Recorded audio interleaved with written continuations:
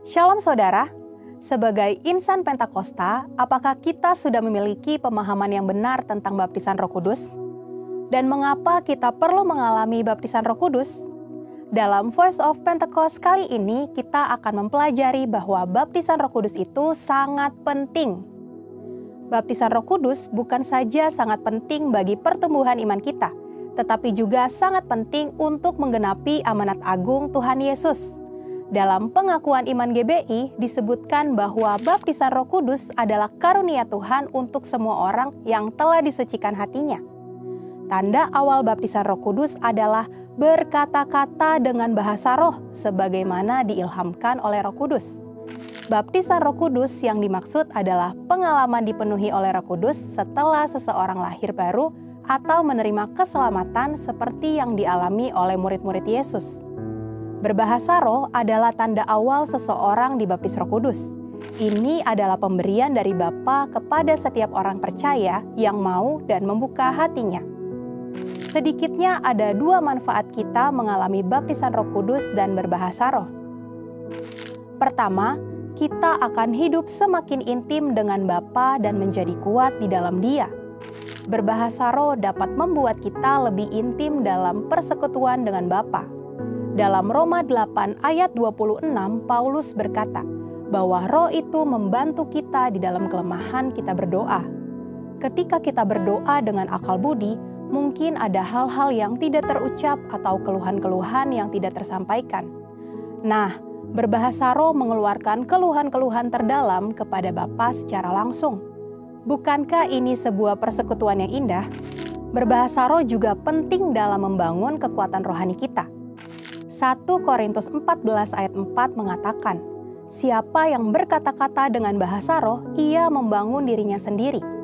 Berbahasa roh itu seperti membangun kekuatan rohani dari dalam, membangun iman kita. Kalau iman kita kuat, rohani kita kokoh dari dalam, maka serangan dan tekanan apapun dari luar sanggup kita hadapi. Seperti Paulus yang mengalami banyak tekanan dan penderitaan dalam melayani Tuhan. Dia bisa kuat menghadapi itu semua karena hidupnya yang dipenuhi Roh Kudus, memberikan kekuatan dari dalam untuk terus melayani. Manfaat yang kedua, kita mendapatkan kuasa serta keberanian untuk menginjil dan menyelesaikan amanat agung. Dalam kitab Kisah Para Rasul ada pola yang berulang-ulang terlihat. Orang yang dipenuhi Roh Kudus diberi keberanian untuk menginjil. Kisah Para Rasul pasal 4 mencatat Petrus dalam kepenuhan Roh Kudus bersaksi dengan berani mengenai Yesus di sidang Mahkamah Agama. Sidang itu melihat keberanian Petrus dan Yohanes. Sesudah insiden di sidang itu, para murid berkumpul untuk berdoa dan dicatat mereka semua penuh dengan Roh Kudus, lalu mereka memberitakan firman Allah dengan berani. Wow! Para murid yang dipenuhi Roh Kudus bukan saja diberi kuasa untuk melakukan tanda dan mujizat, tetapi diberi keberanian untuk memberitakan firman Allah. Keberanian dari Roh Kuduslah yang kita perlukan untuk menyelesaikan amanat agung di era Pentakosta ketiga ini. Roh Kudus punya kuasa yang besar dalam hidup kita. Yesus sendiri memberi peringatan keras kepada mereka yang menghujat Roh Kudus. Dalam Matius 12 ayat 32. Kata menghujat di sini memiliki arti sempit dan arti luas. Dalam arti sempit, penghujat digambarkan sebagai mereka yang tidak percaya kepada kuasa Roh Kudus, sehingga di dalam hidupnya kerap merendahkan dengan kata-kata dan perbuatan. Arti luas dari menghujat adalah saat seseorang menolak karya Roh Kudus dalam hidupnya. Dia mungkin melihat tanda dan mujizat dilakukan, pemberitaan Injil diberikan, tetapi hatinya terus-menerus menolak suara Roh Kudus. Sampai pada akhir hidupnya dia menolak keselamatan dan tidak dapat diampuni lagi. Jangan sampai kita mendukakan Roh Kudus apalagi menghujatnya. Mungkin ada saudara yang bertanya, bagaimana caranya agar saya bisa dibaptis Roh Kudus dengan tanda awal berbahasa roh? Caranya adalah dengan meminta kepada Bapa di surga dalam nama Yesus. Yesus berkata, jika kamu yang jahat tahu memberi pemberian yang baik kepada anak-anakmu, apalagi Bapamu yang di sorga, Ia akan memberikan Roh Kudus kepada mereka yang meminta kepadanya. Jadi, pertanyaannya bukanlah haruskah kita dibaptis Roh Kudus, tetapi maukah kita dibaptis Roh Kudus? Mari, biarlah hidup kita dipenuhi Roh Kudus. Roh Kudus membuat kita intim dengan Bapa dan memberi kita keberanian untuk menyelesaikan amanat agung di era Pentakosta ketiga.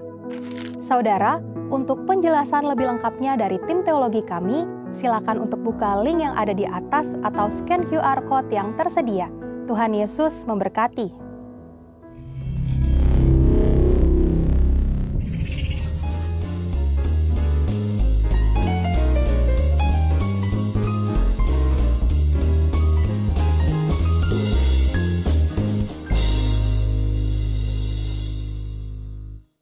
Haleluya, puji nama Tuhan. Shalom Bapak Ibu.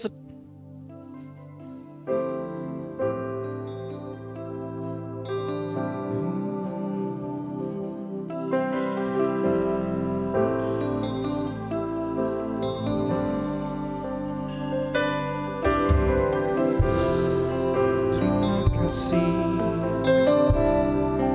Kau hadir Tuhan.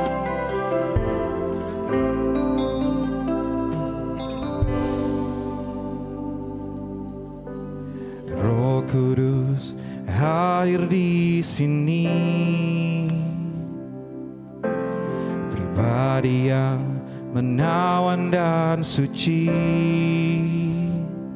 Ku rindu mendekat, mengerti hatimu, berjalan dalam kehendak-Mu.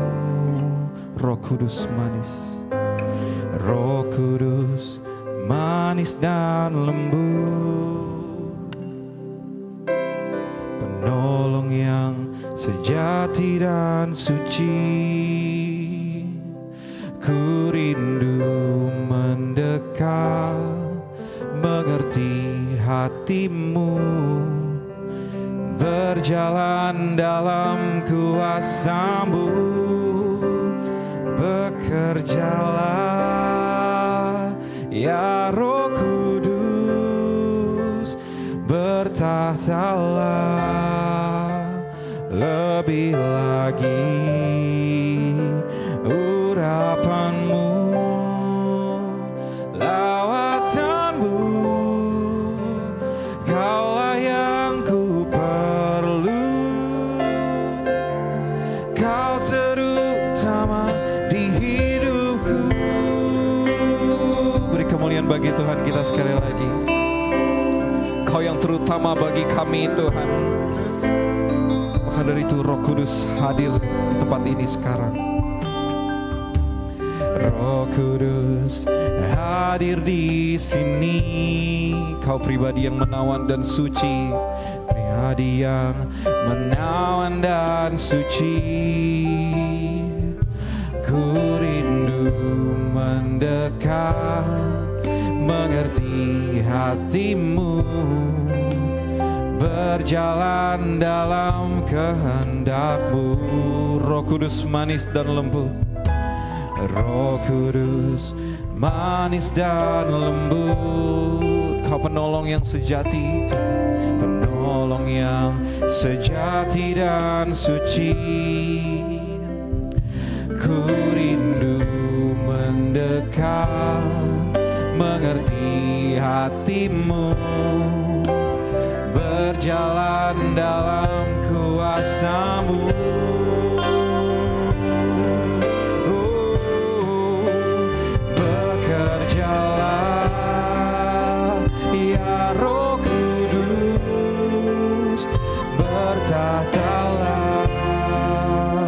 Lebih lagi urapan-Mu, lawatan-Mu, Kaulah yang ku perlu. Kau terutama di hidupku. Sama-sama katakan, bekerjalah ya Roh Kudus, bertahtalah lebih lagi.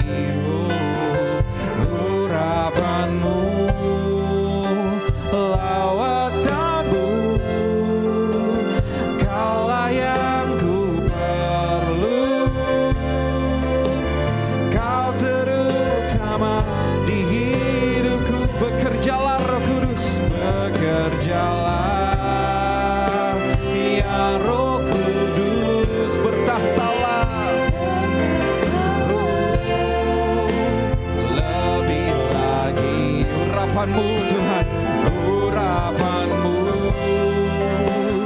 lawatan-Mu, Kaulah yang ku perlu, Kau terutama. Mari kita sembah Tuhan kita sekali lagi.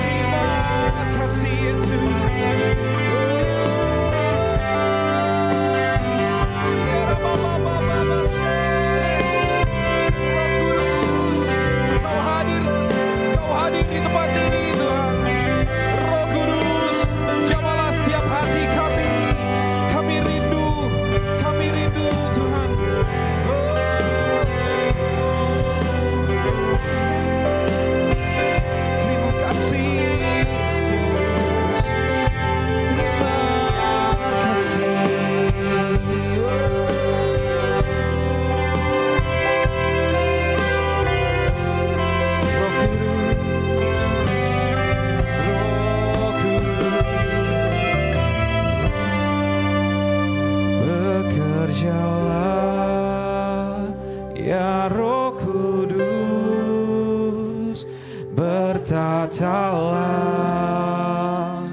lebih lagi, urapan-Mu, lawatan-Mu,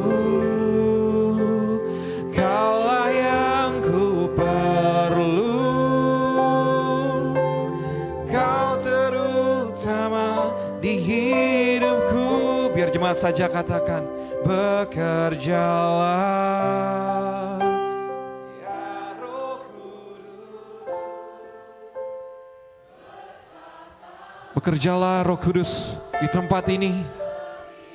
Engkau bertata lebih lagi Tuhan, karena urapan-Mu dan lawatan-Mu Tuhan. Kaulah yang ku perlu,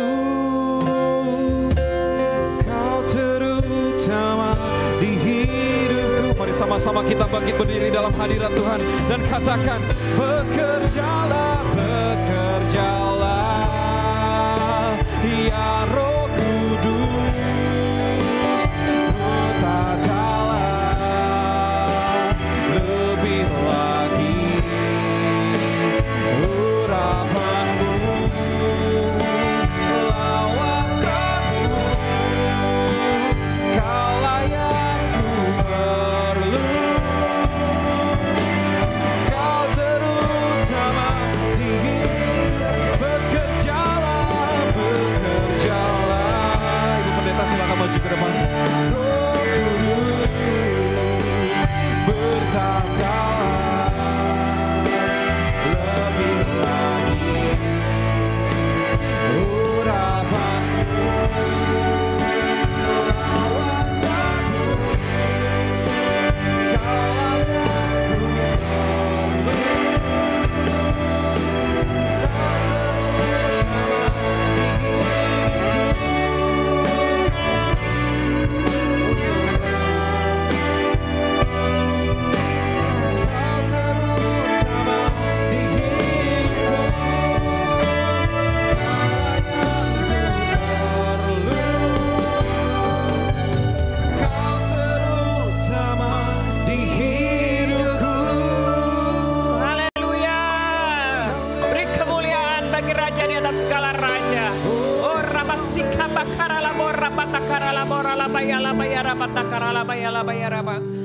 Bapak, terima kasih Tuhan buat hari ini, hari yang luar biasa. Kalau kami boleh ada sebagaimana kami ada hari ini. Benar, Roh Kudus, Engkaulah yang terutama dalam hidup kami. urapi setiap kami, lawat setiap kami. Dan kami percaya di saat firman-Mu disampaikan, ada perubahan, ada terobosan terjadi dalam kehidupan kami. Bapa, terima kasih, sampaikan isi hati-Mu. Dan hamba siap menyampaikan berita baik ini Tuhan. Dan biarlah firman ini menjadi benih bagi kehidupan kami. Dan benih itu Tuhan jatuh di tanah yang subur, yaitu di hati kami. Dan biarlah Tuhan firman ini berbuah, berakar, berbuah. Hamba percaya Tuhan buahnya manis dan lebat Tuhan. Dan Tuhan hidup kami menjadi inspirasi buat banyak orang. Buahnya dapat dinikmati oleh banyak orang. Terima kasih Bapa, berfirmanlah saat ini juga. Yang siap untuk mendengarkan firman Tuhan. Sama-sama kita katakan amin. Shalom semuanya. Sebelum duduk, beri aplaus dulu buat para musisi-musisi yang luar biasa. Thank you, thank you. Yes, silakan duduk. Apa kabar semua? Luar biasa. Saya mau memperkenalkan diri dulu. Nama saya Elsa Imelda Solihin. Saya istri almarhum dari Pak Risa Solihin. Puji nama Tuhan dan terima kasih Ibu Rahel buat kesempatannya. Saya bisa membagikan berita baik, yaitu firman Tuhan yang datang daripada Tuhan sendiri. Hari ini temanya adalah Stronger Together. Artinya lebih kuat bersama. Yuk katakan sama-sama dengan saya, Stronger Together. Yes. Saudara, coba Anda bayangkan ya, Anda memegang satu batang lidi, ya. Apakah mudah dipatahkan atau tidak? Mudah ya. Tetapi kalau kumpulan lidi yang diikat kuat dan itu pasti sulit dipatahkan. Betul sekali ya. Nah, kita tahu ini secara logika ya, betul ya. Tapi apakah kita hidup seperti ini dalam keluarga dan komsel kita? Ya, strong together. Apakah kita sama-sama bersama-sama? Karena bersama-sama itu lebih kuat daripada kita sendiri. Makanya jangan hidupnya semaunya sendiri, maunya sendiri, apa-apa sendiri. Kita butuh komunitas, betul? Dan juga keluarga. Ya. Nah, berapa banyak dari kita merasa keluarga itu adalah tempat yang aman, yang penuh kasih dan saling mendukung? Berapa banyak di sini? Coba saya angkat tangan duluan. Ya, yang nggak angkat tangan ada keluarga nggak ya? Oke, saya tahu di sana belum berkeluarga, pasti masih anak-anak muda ya. Wow. Oke, atau justru sebaliknya saudara. Ya, tempat kita saling apa? Menyakiti secara halus. Dan diam-diam menjauhi. Ya, Anda bisa jawab dalam hati Anda sendiri. Nah, apa komsel kita menjadi tempat pemulihan atau rutinitas? Ya, rutinitas mingguan tanpa kedalaman. Ya, Anda juga bisa jawab di hati Anda masing-masing. Ya. Nah, hari ini Tuhan ingin kita menangkap bahwa kesatuan hati itu bukan bonus. Katakan sama-sama dengan saya, bukan bonus. Tapi itu adalah fondasi utama. Sama-sama katakan fondasi utama. Untuk kehadiran dan kuasanya dinyatakan dalam kehidupan Anda dan saya. Amin. Tanpa kesatuan hati semua apapun yang kita kerjakan. Mau pelayanan di dalam keluarga, dalam komsel. Itu jadi kosong saudara. Ya. Tapi ketika hatimu bersatu, Tuhan hadir secara nyata. Ya. Nah, yang pertama adalah kesatuan hati adalah desain ilahi. Inilah makna kesatuan hati. Ya. Makna kesatuan hati adalah desain ilahi ya. Yohanes 17 ayat 21. Yuk sama-sama kita baca sama-sama 2-3 ya. Supaya mereka semua menjadi satu sama seperti Engkau, ya Bapa, di dalam aku dan dalam Engkau.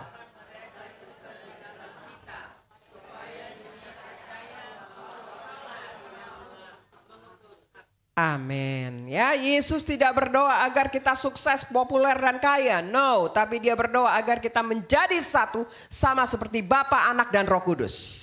Amin. Ya, kesatuan adalah apa? DNA-nya sorgawi, saudara. Coba colek kiri kanan. Kesatuan DNA-nya sorgawi, bro, sis. Ya. Ya, bukan sekedar kebetulan. Ya, kehidupan di dalam bersosialisasi, no, tidak. Tapi kalau keluarga atau komsel kita tidak hidup dalam apa? Kesatuan, kita tidak akan mencerminkan Allah yang sejati dalam hidup kita. Amin. Jadi harus mempunyai kesatuan hati dalam setiap kehidupan kita. Dulu, kalau sekarang kan komselnya dibilangnya cool ya. Kalau dulu kan family altar. Saya inget banget itu ya. Coba yang masih mengalami nama family altar siapa dulu?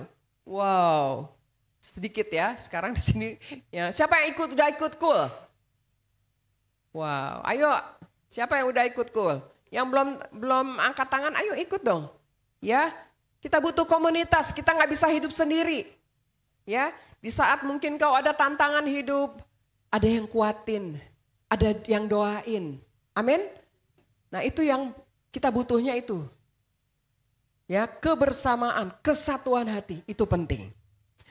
Dulu family altar, saya ingat sekali waktu awal pernikahan kami, boleh dibilang ya pernikahan kami waktu itu wow, bukan sorga terjadi tetapi neraka terjadi. Keributan, KDRT, suami saya narkoba. Tetapi begitu dibuka family altar, saya ikut.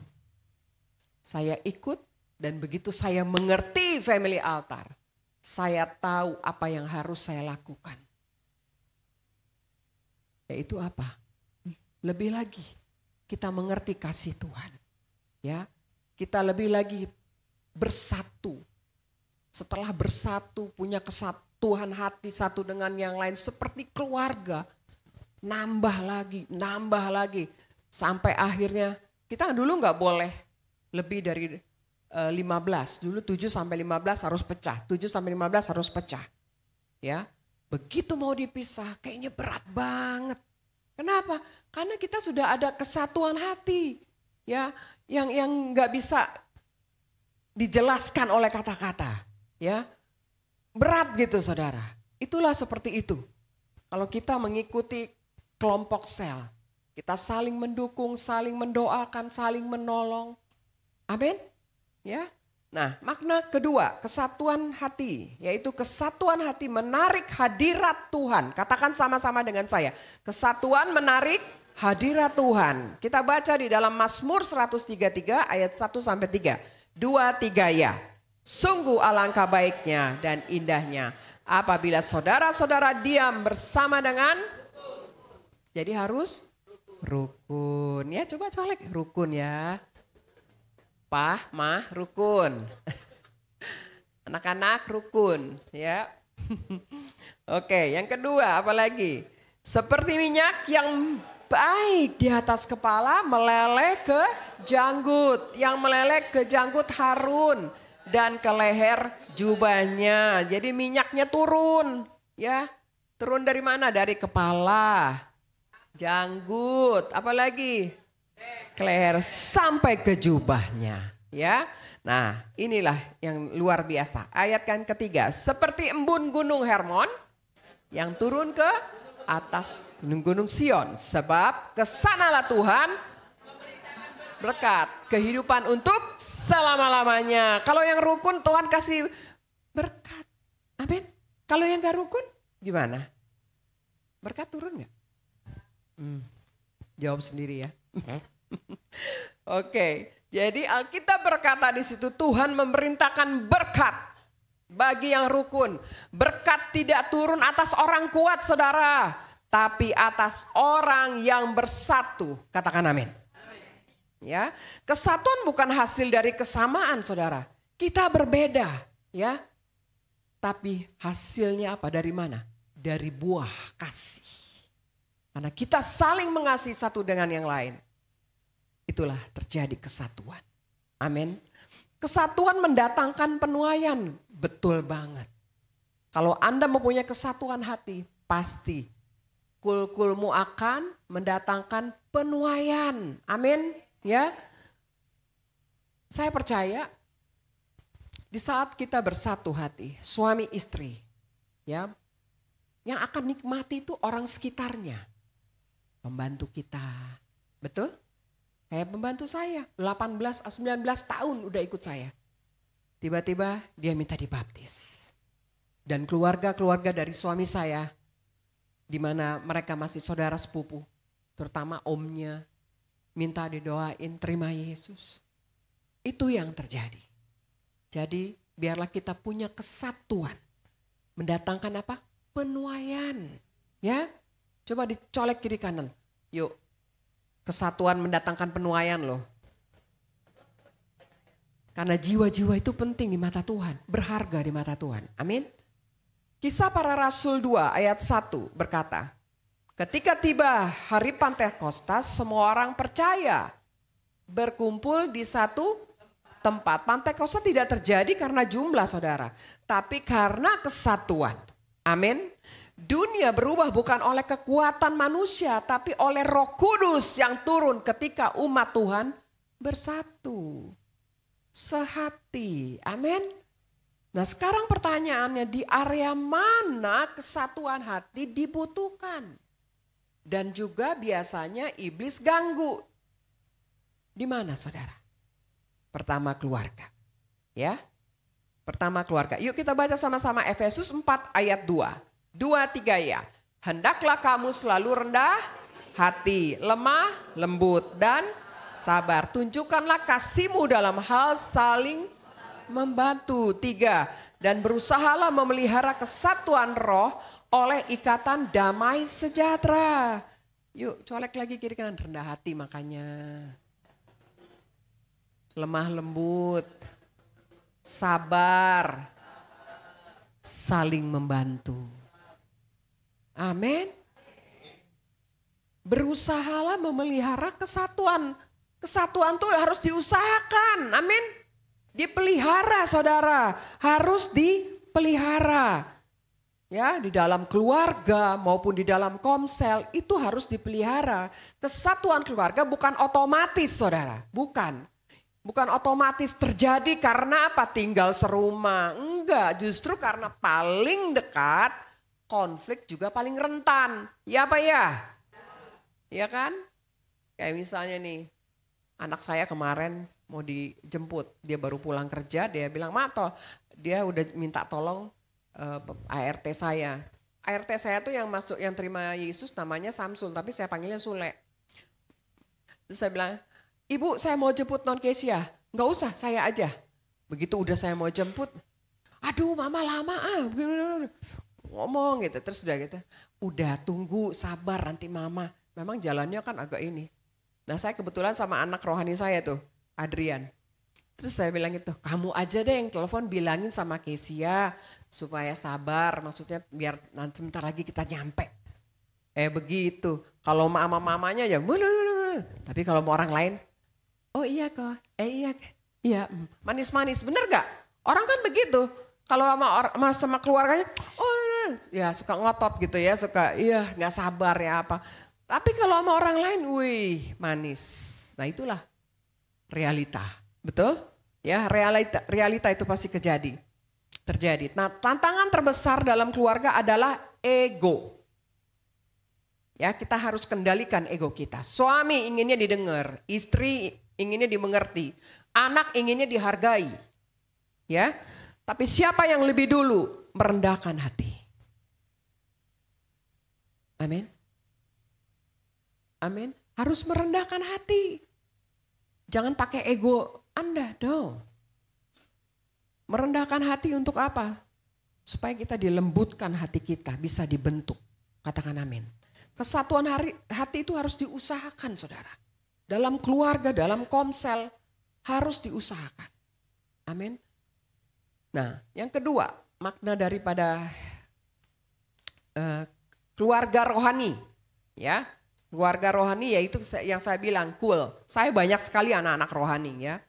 Dalam Kolose 3 ayat 14 kita baca sama-sama. Kenakanlah kasih sebagai pengikat yang mempersatukan dan menyempurnakan. Komsel bukan hanya tempat belajar firman saudara. Tapi tempat di mana kasih Tuhan, kasihnya itu kasih kita diuji. Ya, Tuhan kan bilang betapa besar kasihku akan dunia ini. Karena apa? Dia mengasihi.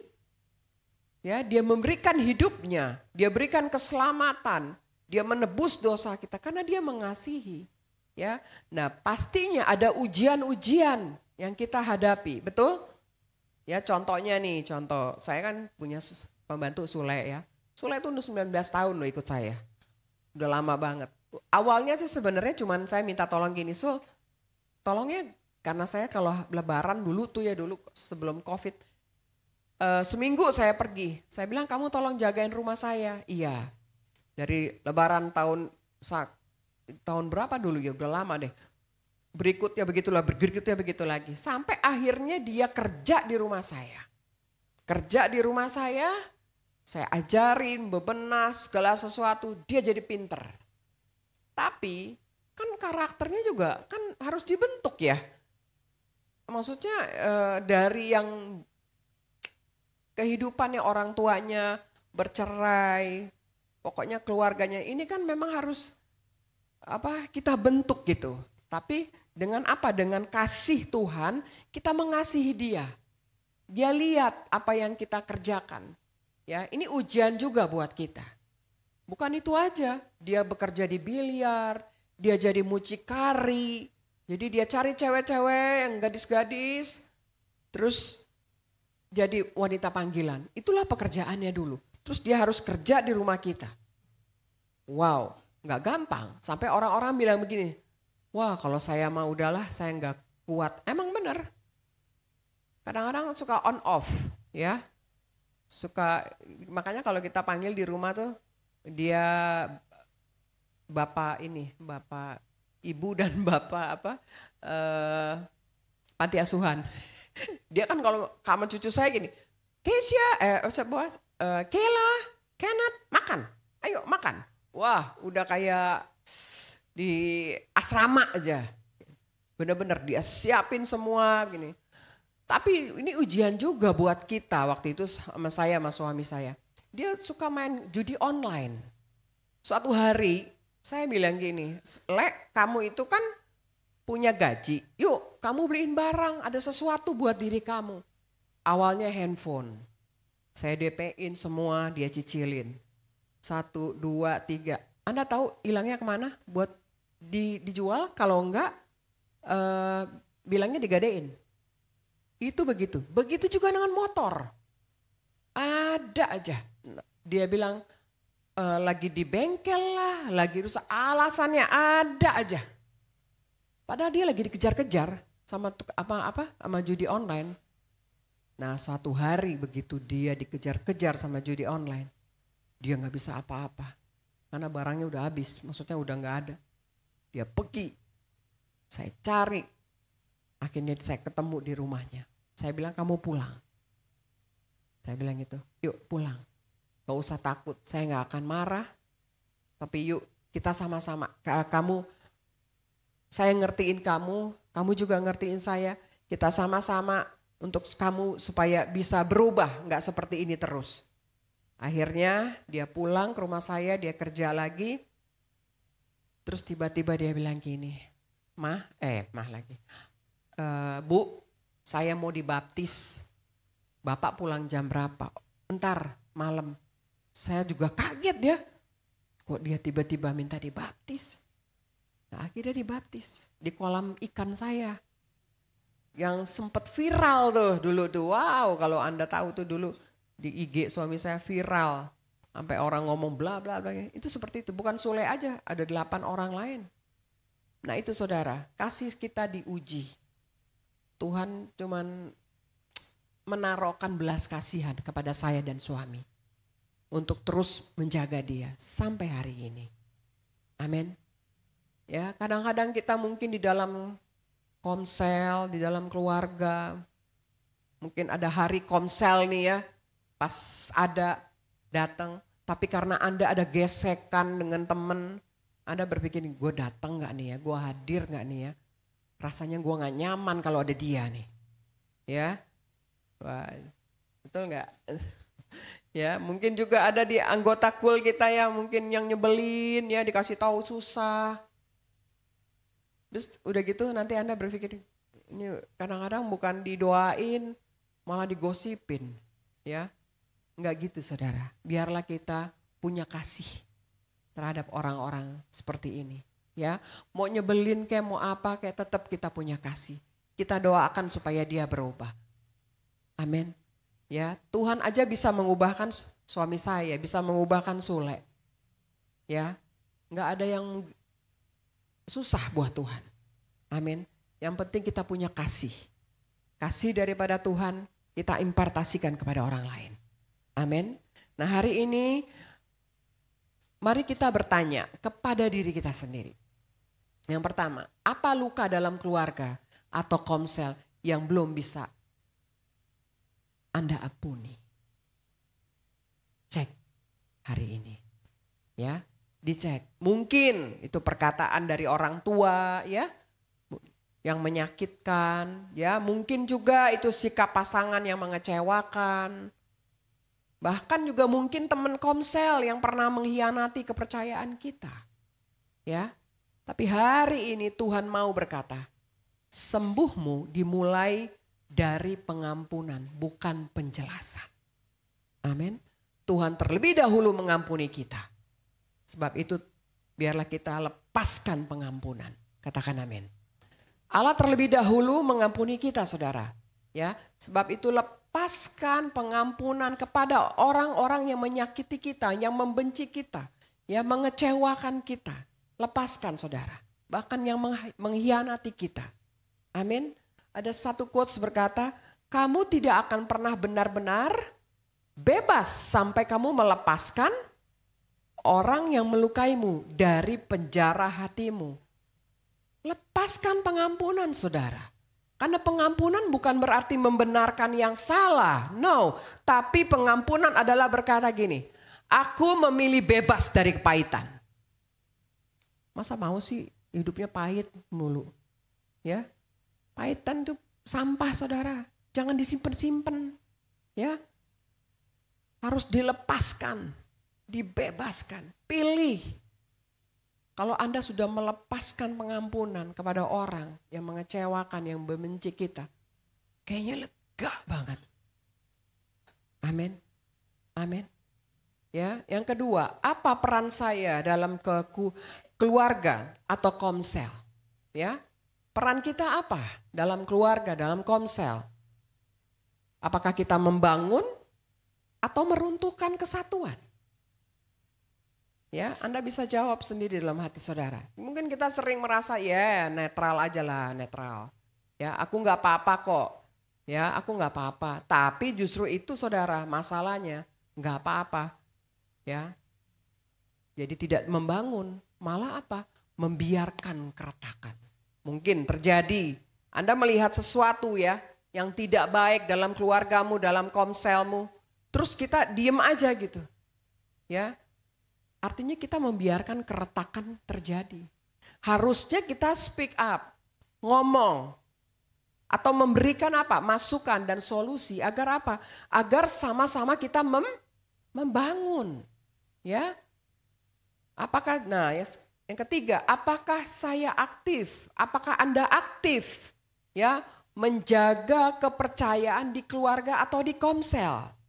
Ketika Anda dipercaya di dalam komsel untuk membawa firman Tuhan menjadi WL, ya, kerjakan, lakukan dengan sepenuh hati saudara. Ini kepercayaan, kepercayaan yang aktif. Dan mungkin kalau di keluarga apa? Mungkin Anda seorang suami, seorang istri, Anda bekerja di kantor. Apakah Anda menjaga kepercayaan istrimu atau suamimu untuk enggak genit sama lawan jenismu di kantor? Itu kepercayaan. Amin. Jaga kepercayaan itu. Nah, apakah Anda berani menegur dengan kasih atau hanya bergosip di belakang? Kalau di dalam kul kita ya, ketika ada orang yang sudah menyimpang atau melakukan kesalahan, Anda berani nggak menegur dengan kasih? Harusnya berani. 4 mata. Amin. Ya jangan didiamkan saudara. Bukan justru digosipin di belakang dia. Jangan. Karena Yesus berkata berbahagialah orang yang membawa damai. Karena mereka akan disebut anak-anak Allah. Matius 5 ayat 9. Jadilah kita membawa damai. Coba kiri kanan lagi yuk. Jadi pendamai. Ya, jadi membawa damai, ya. Jadi pertanyaannya bukan aku korban atau pelaku. Saya ini korban atau pelaku ya? No, enggak gitu.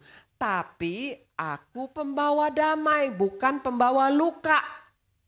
Amin. Ya, Yesus berkata bahwa siapa yang membawa damai dia adalah anak-anak Allah. Siapa di sini anak-anak Allah? Saya duluan. Ya. Jadilah anak-anak Allah. Dimanapun kita ditempatkan. Membawa damai. Bukan membawa luka. Amin. Yang ketiga, apakah saya lebih sering membenarkan diri daripada mengupayakan damai? Nah, dalam konflik itu kita sering berpikir begini. Tapi kan aku yang benar, dia yang salah, dia yang duluan. Ya. Saudara, saya mau katakan ini. Yesus tidak mati karena dia salah. Dia mati karena kita yang salah. Kita yang berdosa. Amin. Kesatuan bukan soal siapa yang benar atau siapa yang salah. Tapi siapa rela menyerahkan egonya demi kebenaran firman Tuhan. Amin. Itu yang terpenting.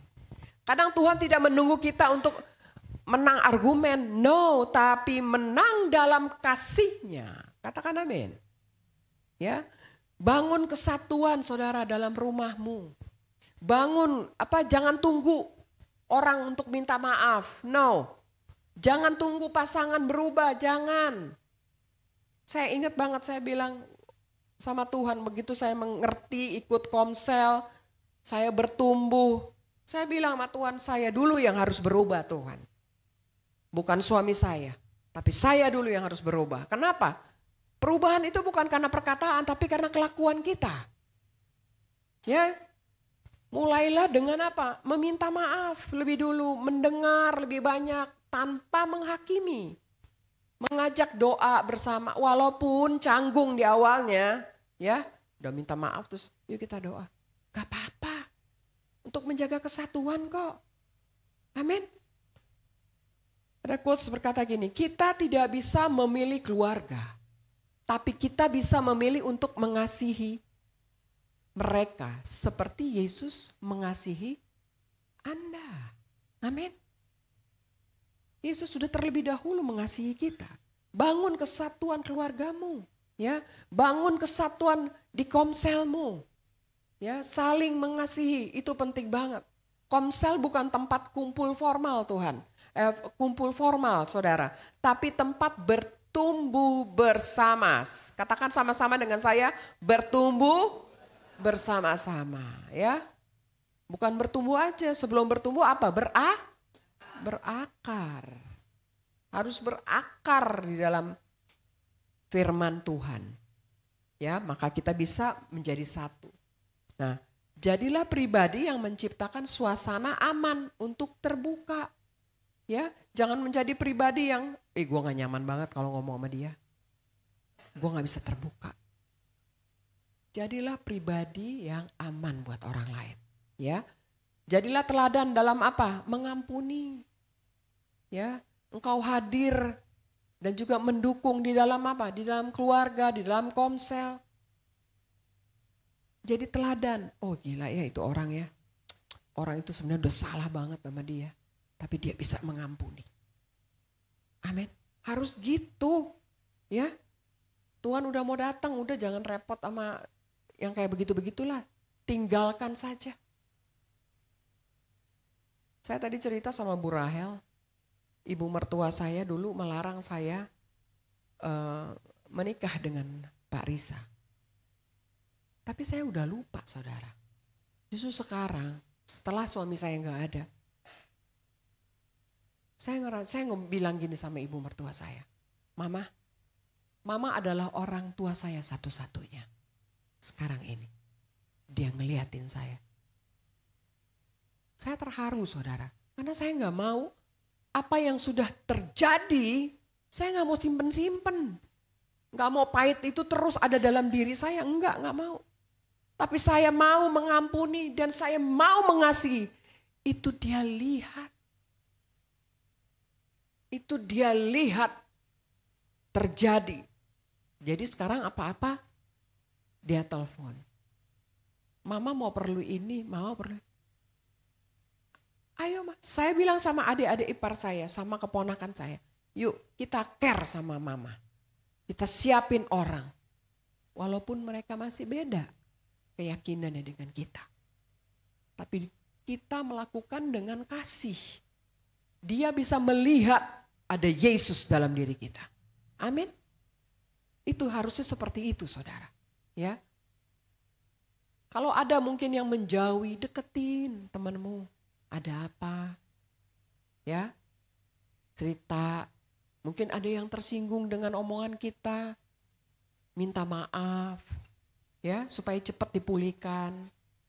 Dan jadilah Anda sebagai pengikat-pengikat, bukan pemecah. Amin. Ya.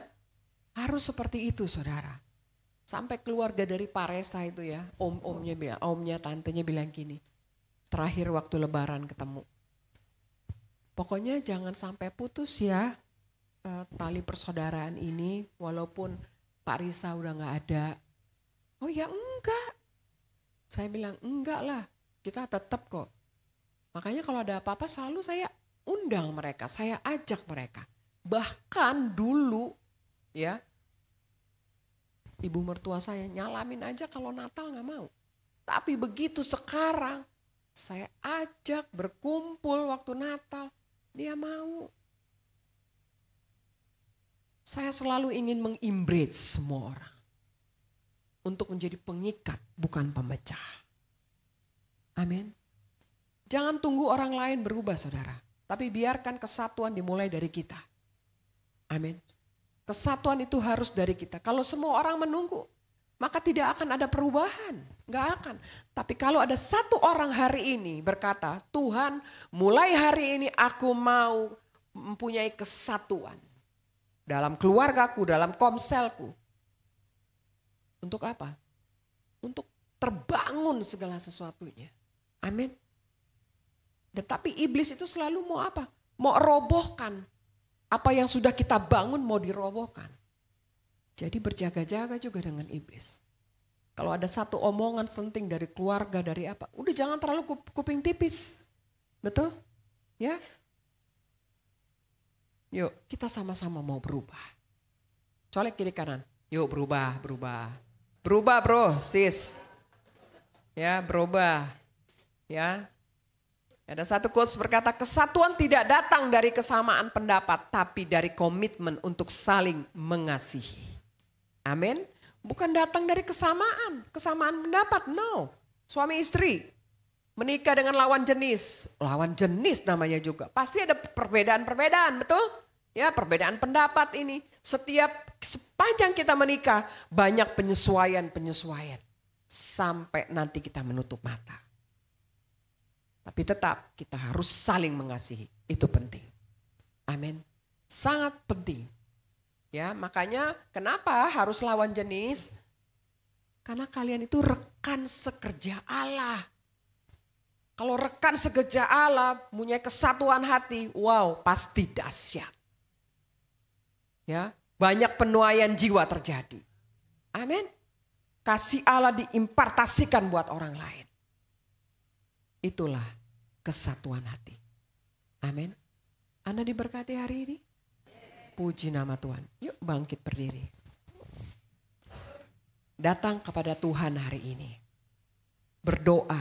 Jangan lihat saya. Tutup mata berdoa. Apa yang saya sampaikan tadi bukan hanya didengar. Tapi biar kita menjadi pelaku firman. Amin.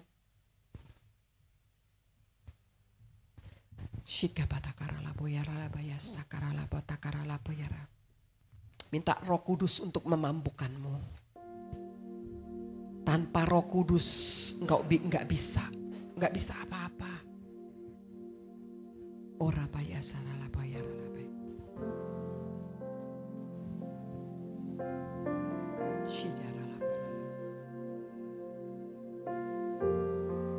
Thank you Jesus.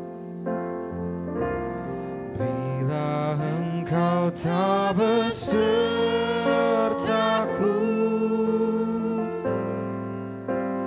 ku tak mau berjalan.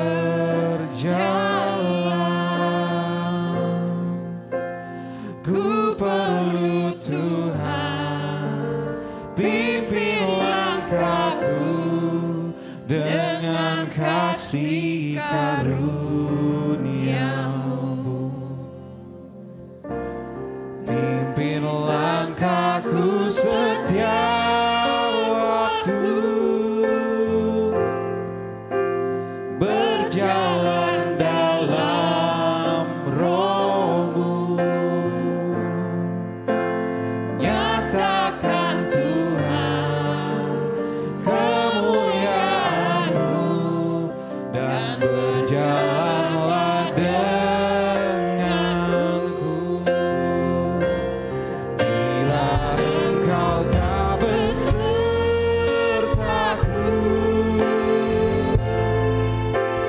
ku tak mau berjalan.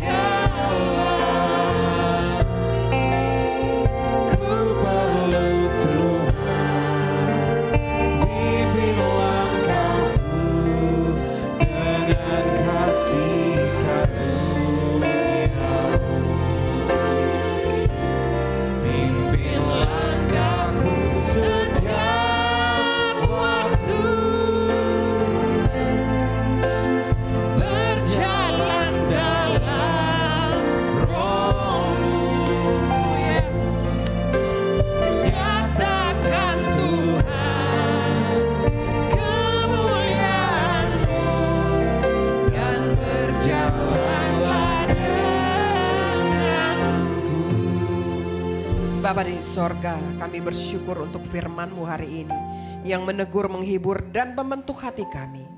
Terima kasih Tuhan Yesus, Engkau sudah mengingatkan bahwa kesatuan bukan pilihan, tetapi desain ilahi dan panggilan-Mu Tuhan. Bukan sesuatu yang kami tunggu terjadi, tetapi sesuatu yang harus kami perjuangkan, harus kami usahakan, harus kami pelihara. Tuhan, jika ada luka dalam setiap hati kami, dalam keluarga, mungkin dalam komsel, bahkan di antara saudara seiman, ajar kami untuk melepaskan pengampunan. Bebaskan kami dari kepahitan. Lembutkan hati kami ya Aba, agar kami lebih memilih kasih daripada menang sendiri. Tuhan, bentuk kami menjadi pembawa damai. Jadikan kami alat-Mu untuk memulihkan, bukan menghancurkan. Bangun kembali apa yang sudah rusak Tuhan. Satukan kembali yang retak Tuhan. Mulai dari rumah kami, dari hati kami, mulai dari hari ini Tuhan. Kami tidak mampu sendiri. Kami tidak mampu berjalan sendiri, tapi Roh-Mu, yaitu Roh Kudus-Mu yang memampukan kami. Tolong kami Tuhan untuk mulai mendengar, mengalah, mengampuni, dan mendoakan bagi orang-orang yang kami kasihi. Karena kami percaya ketika ada kesatuan Engkau hadir dan memberkati. Terima kasih Tuhan Yesus yang luar biasa. Untuk kesempatan hari ini, kami pulang membawa komitmen baru. Dan biarlah damai sejahtera-Mu menjadi pelita di rumah dan dalam komsel kami. Terima kasih Bapakku yang baik. Di dalam nama Tuhan Yesus Kristus kami berdoa dan mengucap syukur. Yang percaya kita katakan amin. Bila Engkau tak besertaku,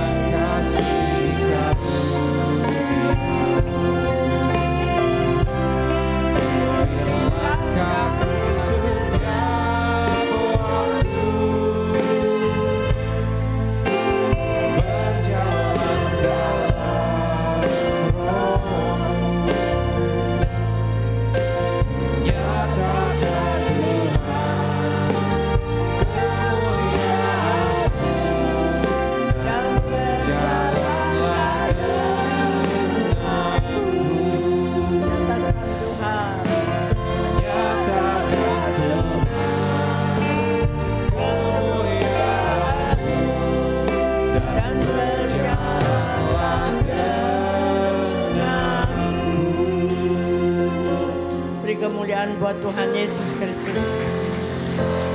Yang mau berjalan dengan Tuhan katakan amin. Yang mau mengampuni katakan amin. Yang mau mengasihi sesama kita katakan amin. Yang mau kesatuan hati terjadi katakan amin. Puji Tuhan. Saudara diberkati hari ini. Masih ingat gak hari ini adalah hari pencurahan Roh Kudus? Peringatan pencurahan Roh Kudus. Saya minggu lalu sudah sampaikan, bangkitkan rohmu kembali. Tidak usah kita ibadah terus 10 hari. Tetapi yang penting hati kita ini terbuka untuk Roh Kudus kembali. Membuat kita bangkit. Melakukan semua yang Tuhan mau. Termasuk firman hari ini.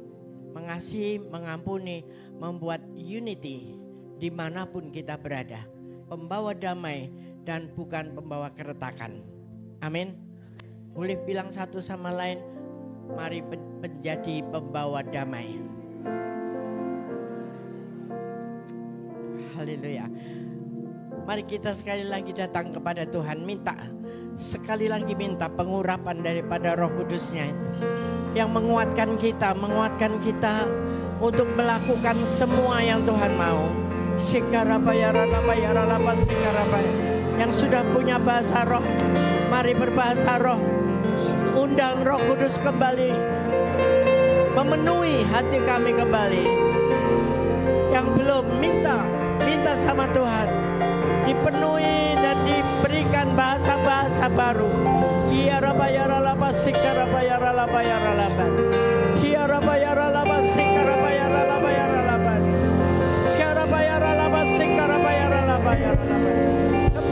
Kembali curahkan rohmu Tuhan Yesus. Kembali penuhi kami Tuhan. Api daripada Roh Kudus-Mu membangkitkan kami penuh kembali Tuhan.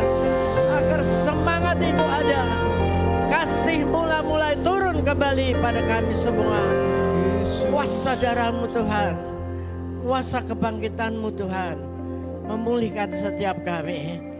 Biar kami terus mengonkan api Roh Kudus itu. Untuk kami boleh melakukan kehendak Tuhan dalam hidup kami. Mengasihi, mengampuni, dan satu kesatuan mendatangkan berkat. Terima kasih Tuhan, terima kasih untuk hamba-Mu Ibu Elsa Imelda. Mari kita boleh arahkan tangan kepada hambanya ini. Berkati hamba-Mu Tuhan, selaku gembala di GPI Sawangan. Banyak hal yang harus dipikulnya, tetapi bersama Engkau pasti akan ada kemenangan. Terima kasih Tuhan, berkati keluarganya, anak-anak, mantu, cucunya bersama-sama menyelesaikan pekerjaan Tuhan di tempat itu yang Tuhan sudah percayakan kepadanya. Pasti mampu bersama Tuhan Yesus Kristus. Dalam nama Tuhan Yesus Kristus kami bersyukur, dan mari kita bersyukur kepada Tuhan untuk hari ini. Haleluya.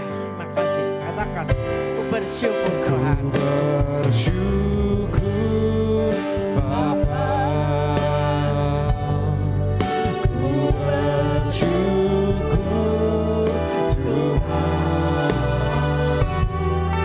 buat kasih setiamu di dalam hidupku.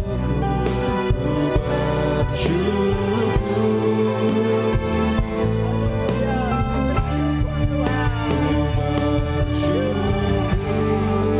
Bapa.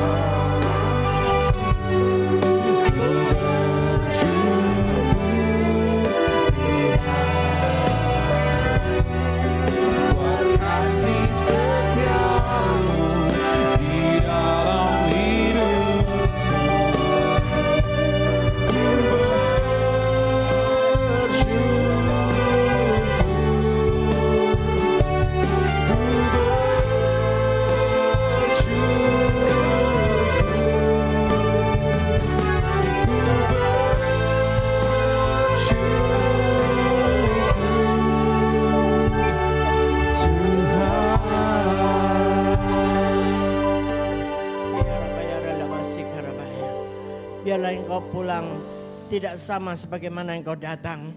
Roh Kudus memulihkanmu, Roh Kudus memberkatimu dan Roh Kudus kembali mendatangkan pemulihan-pemulihan di dalam hidupmu. Mari arahkan hati kepada Tuhan dan terimalah berkat-Nya, damai dan sejahtera Tuhan yang berlimpah-limpah, anugerah yang dahsyat daripada Allah di surga turun atas kita semua, dan terus berjanji engkau makin hari makin intim dengan Tuhan di dalam Roh Kudus-Nya. Hari ini sampai Tuhan datang kembali, tetap setia. Haleluya. Amin. Selamat hari Minggu. Tuhan Yesus memberkati. Ibadah di pagi siang hari ini telah selesai dan silakan untuk bersatu sejenak.